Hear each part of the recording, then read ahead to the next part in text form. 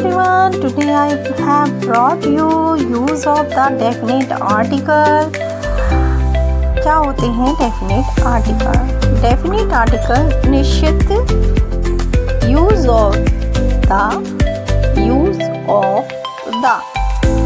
का प्रयोग कैसे किया जाता है।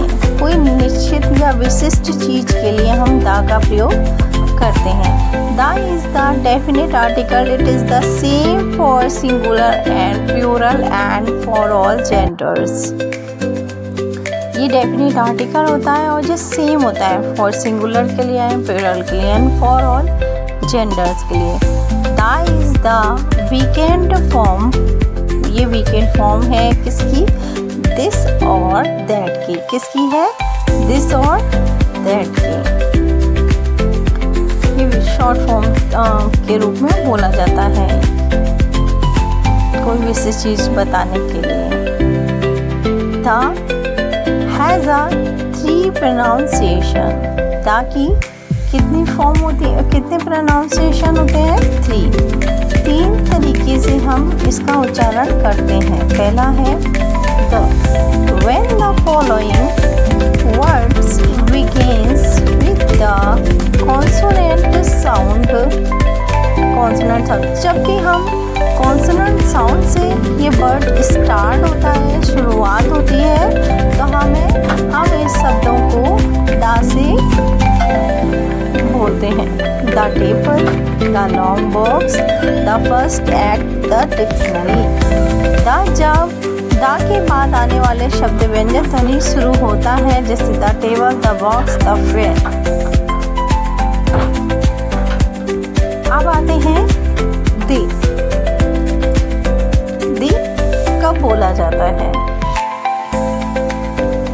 दे जब when the following words begins with the vowel sound। vowel sound से पहले, मतलब जब शब्द की शुरुआत किससे होती है? vowel sound से। इफेक्ट, इफेक्ट ई, तो the. Exhibition E, the. Elephant A, the. The शब्द द के बाद आने वाले शब्द स्वर ध्वनि से शुरू होता है, जैसे इफेक्ट, दी, एग्जीबिशन। अब आता है the. When it is emphasized you mean the Rabindranath Tagore, it is the book to buy। दी जब बोल में दी पर जोर दिया जाता है, जैसे the book to buy. The definite article. The का प्रयोग करेंगे इज यूज्ड किया जाता है। कहाँ कहाँ पर किया जाता है?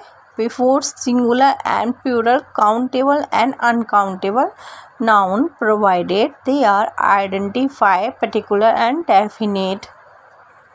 पर्टिकुलर के लिए आइडेंटिफाई कोई जान पहचान है, या definite. The car made a loud noise.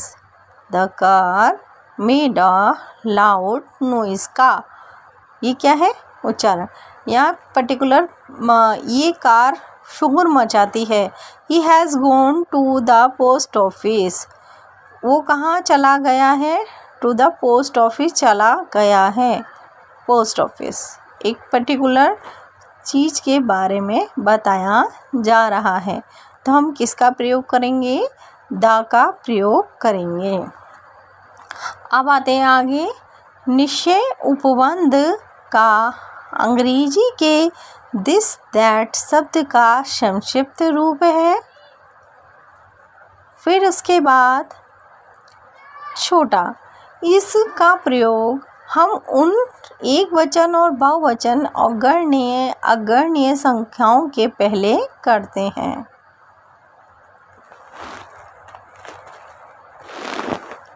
जो निश्चित विशेष पूर्व परिचित होती है।